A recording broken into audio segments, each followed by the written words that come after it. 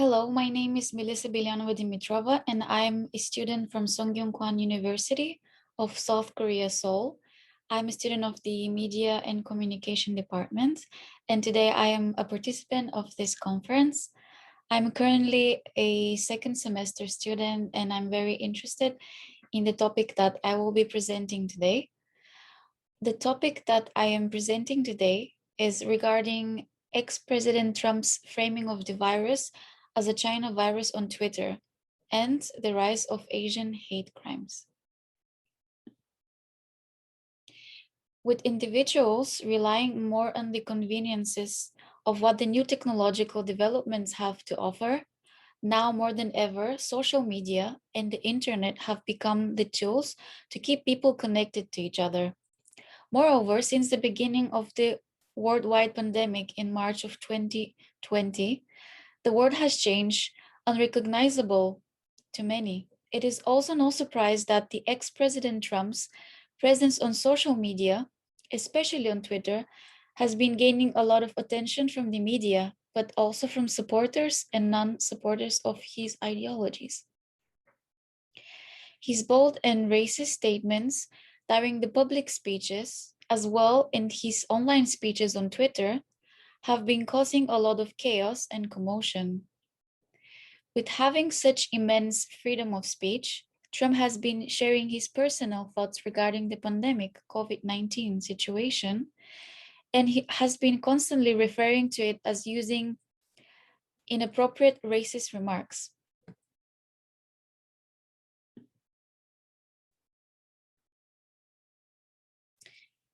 His public statements on his official Twitter accounts towards the Asian community of being the reason for the emergence of the pandemic have been causing way of immense hatred towards the minority group, especially the Asians.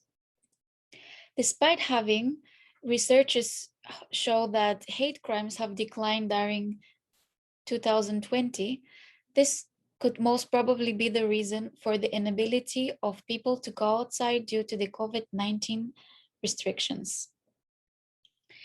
The theory that I will be using during this research is the framing effect. The framing effect is described as the effect which can influence our decisions by the way information is presented to us. Donald Trump's framing of the virus as the China virus and association of Chinese people with the disease, it's by itself a strong evidence of xenophobia and racism based on a specific racial group. Seen through recent studies, anti-Asian sentiment towards Asians on Twitter only has increased by 85% after the news that Trump had COVID-19 had broken out. Trump has been weaponizing racism and xenophobia during 2020 by, for example, naming it the China virus, the Kung Flu virus, which could be one of the reasons for increased Asian hate speech and violence. I think this surge is driven by the rhetoric that political leaders have been using. The Asian American Studies professor Janelle Wong from the University of Maryland has expressed and stated how there wouldn't have been such a strong spike in the current ongoing anti-Asian bias if there wasn't a pretty strong foundation rooted in the forever foreigner stereotype. In the first place, says University of Maryland Asian American Studies professor Janelle Wong. The previous statements from the expert professor Janelle Wong is a food for thought on how the occurring hate crimes increase was most probably fueled by the manifestation of the global pandemic. And not only that, but the xenophobia and extreme hate were already built manifestations on a deeply rooted racism towards the Asian Americans. Seen through American history, immigration was very limited, and only the Chinese American citizens were the minority group with no support and help from the US government. Since such a minority was still seen as a group of people that wanted to keep out of this country, said Yale sociology professor Grace Gao. To add on, there has been an intersectional dynamic going on that other Americans may perceive both Asians and women as easier targets, as mentioned on the NBS news regarding the recent tragic shootings in Atlanta. The data, which included incidents that occurred between March 19 of last year and February 28 of this year, shows that roughly 503 incidents took place in 2021 alone. Verbal harassment and shunning were the most common types of discrimination, making it up to 68% and 20.5% of the reports, respectively. The third most common category, physical assault, made up to 11% of the total incidents. More than a third of the incidents, according to the data, Asian women report hate incidents 3 times more. This serves as a clear indication that not only American Asian women in particular are being targeted more than ever. This is not only a racially motivated crime, but a crime based on gender as well. Since the mass immigration of Southeast Asian in the US during the 19th century, Asians were being portrayed as a group of people who carried diseases and steal the jobs of the Americans. But with the elimination of Asian exclusion law in 1965, this gave the golden opportunity to many Asian families to immigrate to the US and finally become accepted to be seen as American as they always hoped for. With having many Asian families working hard on their private businesses and building their names, soon a new common stereotype was created outside of this minority group. The stereotype that Asian communities were portrayed as the quiet and the model minority groups was probably fueling more tensions and dissatisfaction between all of the minority groups within the country. At this point, more hate and violence was occurring between minority groups in the country, escalating the tensions even more. Although the topic of minorities and the portrayal of American Asians is not going to be discussed within this paper in too much detail, it still serves as an important factor when conducting this research. It is important mainly because stereotypes such as these are factors which most likely contributed in fueling more hate towards the Asian community. And unfortunately, the history of 2 centuries ago is repeating itself again. It's very important to find out how these made-up stereotypes and xenophobic tendencies that dated back in the 19th centuries can be so relatable to the current circumstances and events of the 21st century. An important rhetoric framework developed by Kamara Phyllis, Levels of Racism, a Rhetoric Framework, and Gardner-Estelle, will serve as an example and used when conducting this research. Phyllis thoroughly discusses and explains more about the 3 levels of racism: institutionalized, personally mediated, and internalized. Especially the personally mediated racism is defined as prejudice and discrimination, where prejudice means differential assumptions about abilities, motives, and intentions of others according to their race, and discrimination means differential actions towards others according to their race. This is what most people think of when they hear about the word racism. Personally mediated racism can be intentional as well as unintentional, and it includes acts of commission as well as acts of omission. It manifests as lack of respect, suspicion, vigilance, everyday avoidance, including street crossing, purse clutching, and standing when there are empty seats on public transportation, devaluation, scapegoating, and dehumanization.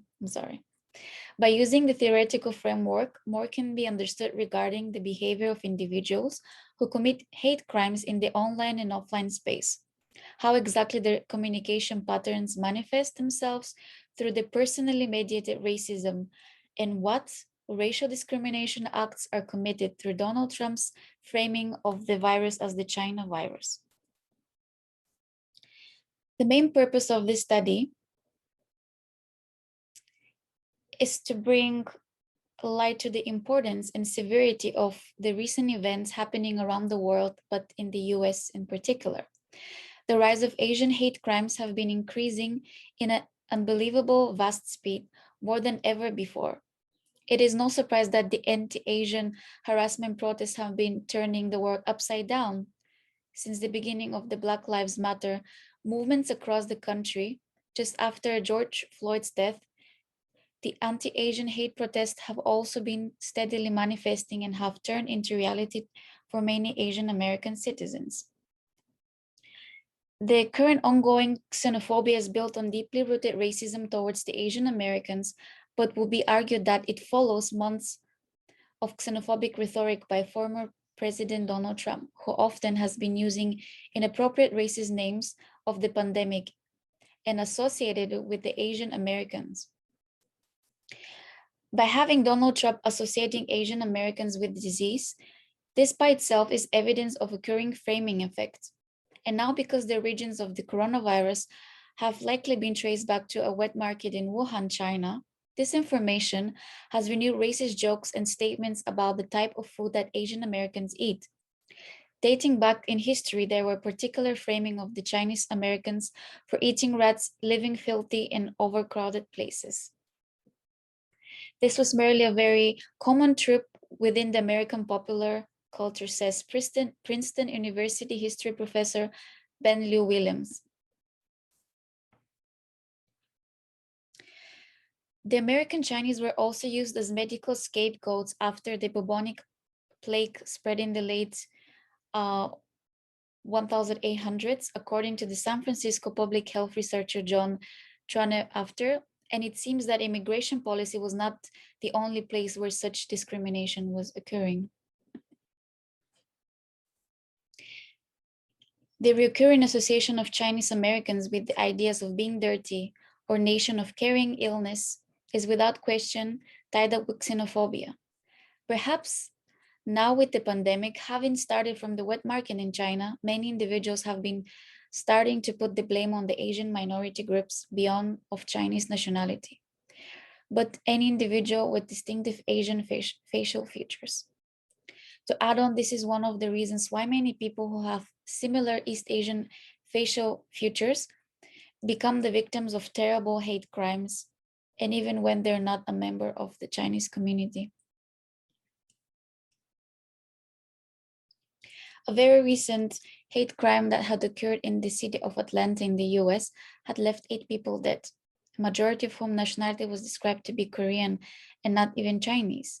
This devastating hate crime proves that the point that any committed crime such as the one based on racism, xenophobia, and even most probably is influenced by the global pandemic. I think it's very easy for people to use a very small excuse to start scapegoating on the basis of their appearance, Biri Song, professor of sociology of the University of Kent, tells Time. Different groups of people are targeted or discriminated against based on different stereotypes, she said, pointing out the aftermath of 9/11, in which there was increase in attack against Middle Eastern, Arab, Muslim, and Sikh people based on their ethnicity and racial identity.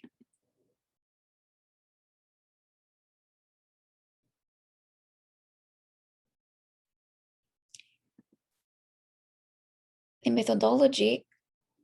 methodology used for this research paper will be based on analyzing tweets, which will be gathered from the old and new Twitter posts.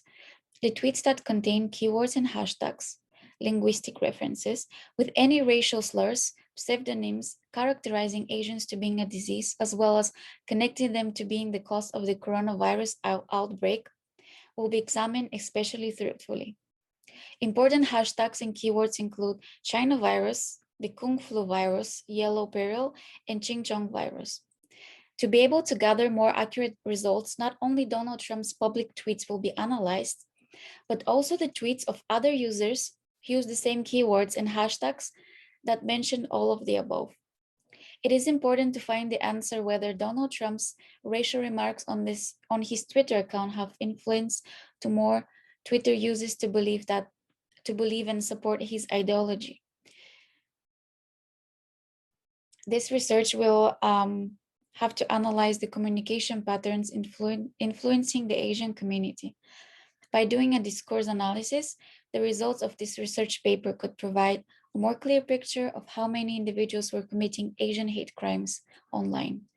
It is important to mention why discourse analysis will be done on the platform of Twitter only. By doing a discourse analysis on single platform, the results will most likely be more accurate, since they will be only focused on one platform. More tweets can be analyzed for shorter time and better results are most likely to follow. I will be using an online Donald Trump Twitter archive, which has all of his tweets since the very first creation of his account. Fortunately, even after Donald Trump's Twitter account ceased to exist, by using the Donald Trump archive, I would be able to conduct this discourse analysis.